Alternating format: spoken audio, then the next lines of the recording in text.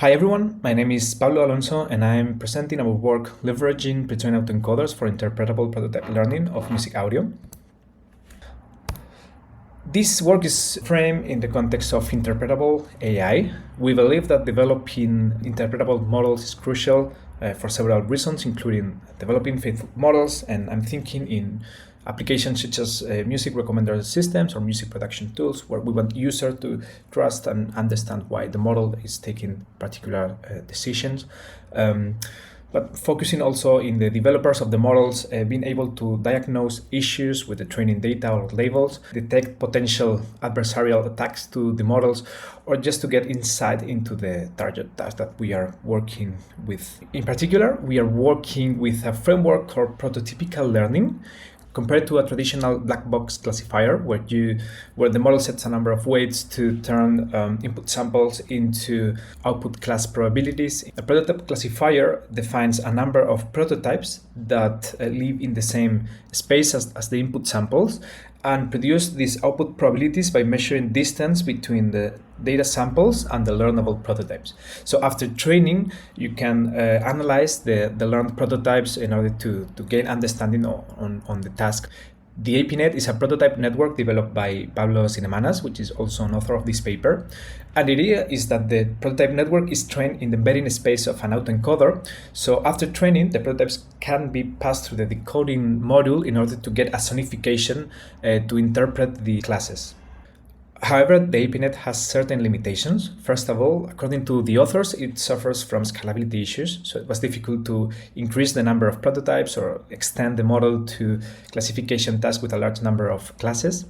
And also the sonification was biased towards certain data samples. So the decoder module needs to access the index used in the pooling layers from the encoder. So as the prototypes were learned in the embedding space and we don't have this information, this was taken from closed data samples. Our proposed method works a little bit different. So first of all, we don't need to train the autoencoder and the prototype network at the same time. So this process is decoupled. This means that we can leverage state-of-the-art autoencoders. So we focus in self-supervised autoencoders in this work because they are trained in much more data. And also, this approach eliminates the need of transferring specific information from training samples, which allows to sonify exclusively the information contained in the prototypes without bias towards any samples from the training set. In this slide, we show a division of interpretable models that we think is useful. So in one stream, we would have user-oriented methods. For example, the pointing and justification model, which is a method in which the model outputs language explanations. So they're very useful to the final user. They can understand why the model is doing a specific decision. In the other stream, we have developer-oriented methods, such as feature visualization. So for example, using silencing maps. In these approaches, the method can highlight certain parts of certain layers of the model so that users can use this information to improve the model or detect problems with them. But of course, this information wouldn't be useful for the final users of the models. In the middle, we have the sonification approaches, and there are a few ones like the already mentioned APNet or AudioLime. We consider that these sonification approaches are a little bit closer to the final user because they prioritize having very high audio quality. In the case of APNet, as I said, by transferring information from data samples. Our approach doesn't allow to get such high quality reconstruction, but since we are not using additional information to the information contained in the prototypes, we believe that this is something that is closer to the developer in the sense that we are not altering the information in the prototypes to get the sonifications. So our approach has two steps. First of all, we find this autoencoder that we want to use and learn prototypes in its embedding space. And then we train the prototype network. Our prototype network is fixed for all our experiments. It works by minimizing the L2 distance between samples and the learnable prototypes. And after this, there is a classifier that maps the similarities between samples and prototypes into class probabilities. So we use two loss functions. First of all, we use cross entropy to increase the accuracy of the task. And we have a prototype loss intended to make prototypes as close as possible to data samples so that the reconstruction is meaningful. Our work is inspired by the recent advances in neural audio codecs. So the first thing that we considered was just training the prototype network in the embedding space of one of these encoders. So we focus in the encodec method and we use its neural codes. However, this results in very poor classification performance, and the audio quality was very bad. We couldn't listen to anything meaningful. As a second iteration, we considered the encodec model, which was trained by Leonardo Pepino, who is also an author of this paper. This is a mask autoencoder model trained on top of encodec embeddings, which means that the decoder has already some capability to reconstruct missing part, and we believe that this could be beneficial. What we achieved was a model that had good classification performance, but still we couldn't find good reconstruction quality. We could only distinguish some textures that were sometimes related to the input classes, but not always.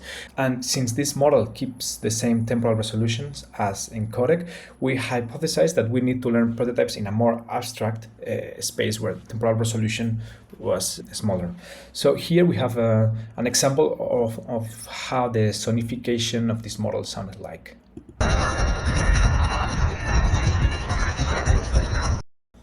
So in order to compress the representation a bit more, we train a model. So the models, this is a diagram of how the model works. The color blocks are the models that we train. We train a transformer model to summarize 4 seconds of input audio into a single embedding. And then for the decoding part, we train a denoising transformer that was conditioned on this summarizing embedding. And with this, we managed to keep the classification performance. We're starting to have sonifications that we could identify as belonging to the class.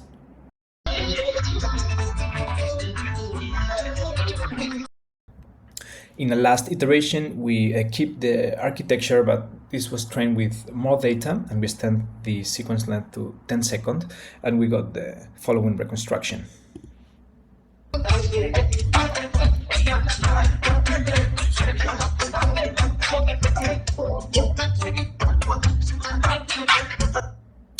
So what we observe here is that this example belongs to the class of reggae music, and we can identify the typical elements, the typical drums, the typical guitars present in reggae music.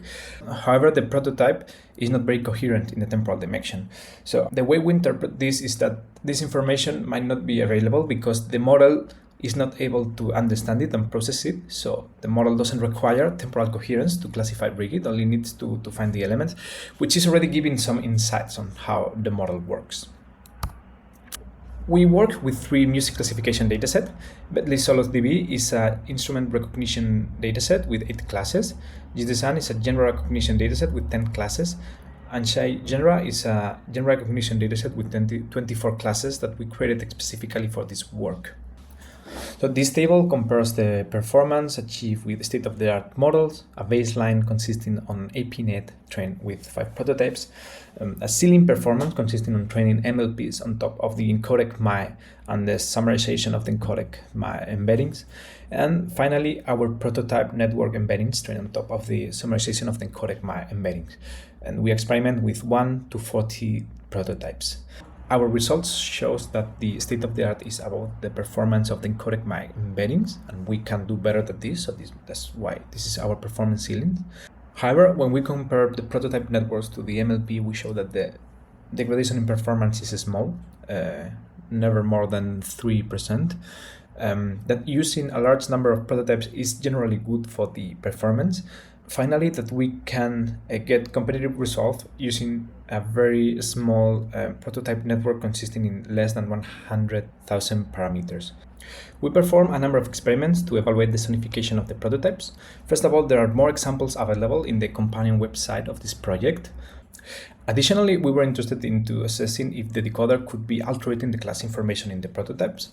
For this, we perform an experiment consisting on classifying the sonified prototypes, and we observed that the accuracy was superior to 99%. So this means that what we are hearing is exactly what the model, almost exactly what the model expects as representing the class, because the performance is really high. We observed that the sound of the prototypes is very far from real class instances. However, they always have elements that are very representative from the class. And this suggests that the classifier doesn't need the music to be realistic. It only has to contain this specific iconic element. And also we observed that the sonification of the instrument classes was more convincing than the genre classes. And this is probably because the sounds are less complex. The conclusions of this work is that decoupling the process of training the autoencoder and the prototype network allows for a much more flexible setup, which allows for adapting off-the-shelf existing models, and also this allows you to train a less complex prototype network that is able to support more prototypes, classes, and training samples. Our approach targets model developers instead of final users, since the sonifications are not so realistic, but they are more explicit about the information contained in the prototypes. And finally, the prototype network suffers small performance degradation compared to a standard classifier, which proves that this approach doesn't compromise interpretability with the performance. For future work, we will consider conditioning our diffusion decoder with arbitrary embeddings, since we believe that this framework would support that case.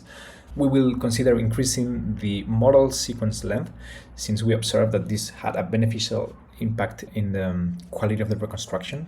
And we will explore techniques that allow to increase the diversity of the synthesized prototypes, since we observed that when we were increasing this number, we could observe prototypes that had a very similar sound. So that was all. Thank you very much for your time and attention.